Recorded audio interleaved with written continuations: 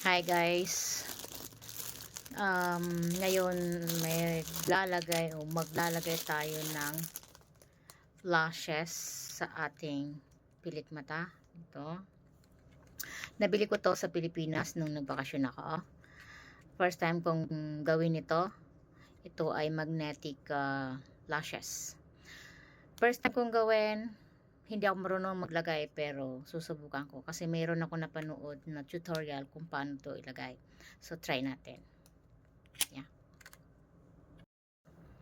So ito na. Ang sabi, yung maliit na magnet ay nasa inner side.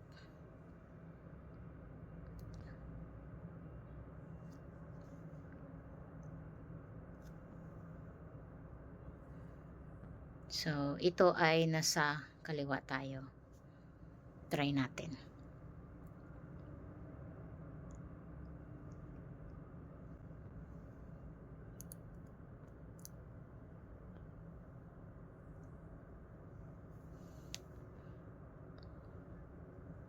Nice one. Isa pa, ipitin pa natin siya ng konti para magdikit. Good. Nice. Medyo atras natin ng konti. Atras natin. Isa pa. So ito na. Second time.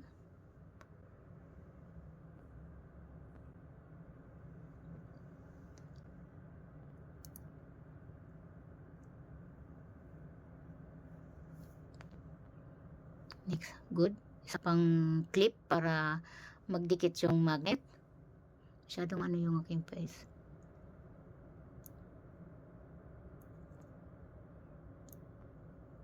Iipit lang natin yung magnet niya. Good. So, another one. Medyo mahirap siyang ilagay, no? At saka yung kabila. Kabila naman tayo. Ganito yung pagtanggal, oh. Yan.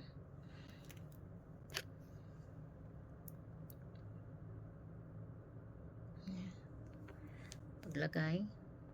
Ang paglagay daw is yung magaspang or yung pinaka-magnet ay nasa ibabaw ng parehas na lashes sa ibabaw. So, yan. So, tubukan na natin sa kabila. Okay.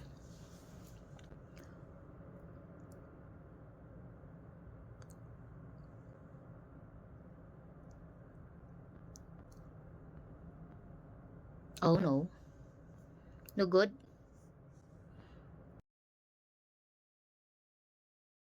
So, second time.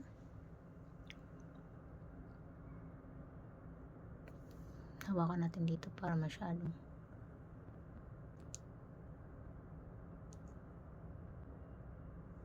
Why? Okay. Second time.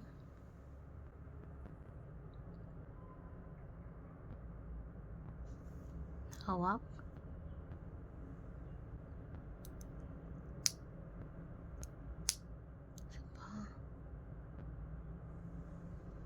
Yun. Kita nyo ba?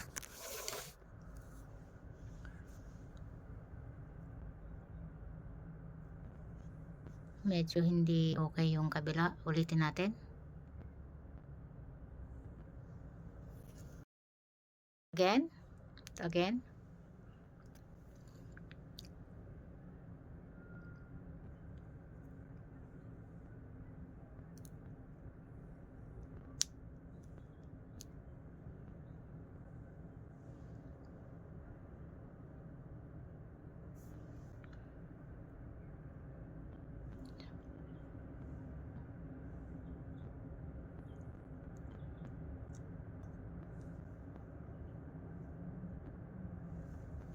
So, yun na.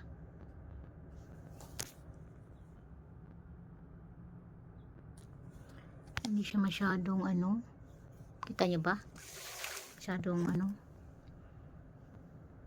Yung kabila okay naman siya. Pero ito hindi ko pa makuha kung paano. Ulitin natin. Again, medyo mahaba lang yung kabila, no? Medyo hindi ko pa makuha.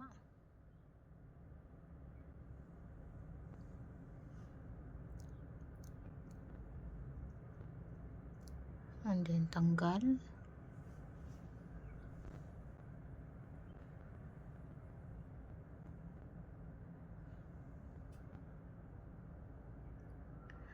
Hindi pa. Okay.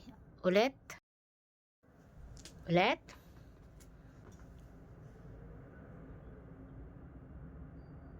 Hirap. Pero sige lang. And then, and then, bitaw. Yan. Okay na? Clip pa natin ng konti. Para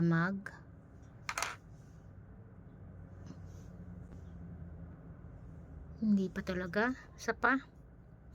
Isa pa. Isa pa.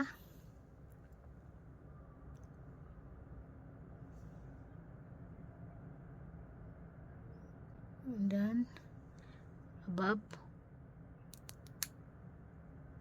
And then, bitaw. Okay na.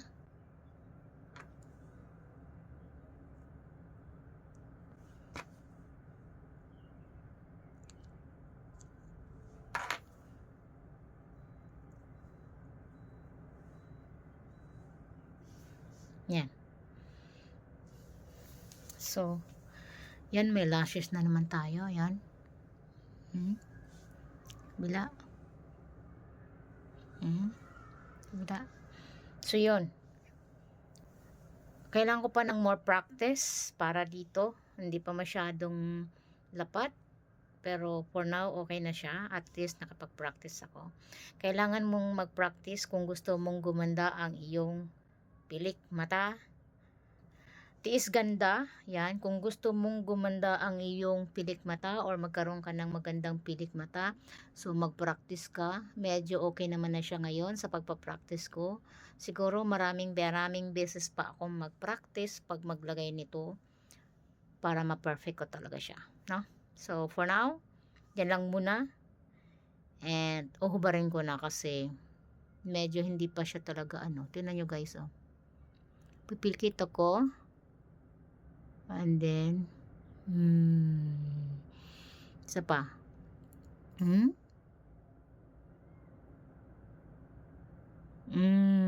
Di ba? Oh. Isa pa, pikit.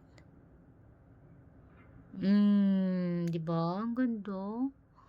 Pero hindi pa siya talagang lapat na lapat sa aking mga pilik mata. Pero, pwede na. So, pag nag-day off, mayroon tayong pilik mata.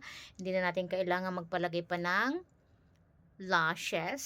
Kasi pagka yung fall lashes ba yun? Fall out lashes ba yun na sinasabi nila? Kasi, yun is nakadikit talaga sa ating pilik mata yun. Yun nakadikit talaga siya. At, nalalaglag yung ating mga pilik mata kaya nagiging manipis. So, ito, magnetic lang siya. Every time na gusto mo maglagay ng lashes, imamagnet mo na lang. So, kailangan lang natin ng practice, no? So, look, sa pag-practice ko na yan, medyo okay naman, di ba? Practice pa lang yan. Hindi pa yan yung totoo. Di ba? Bye. Thank you.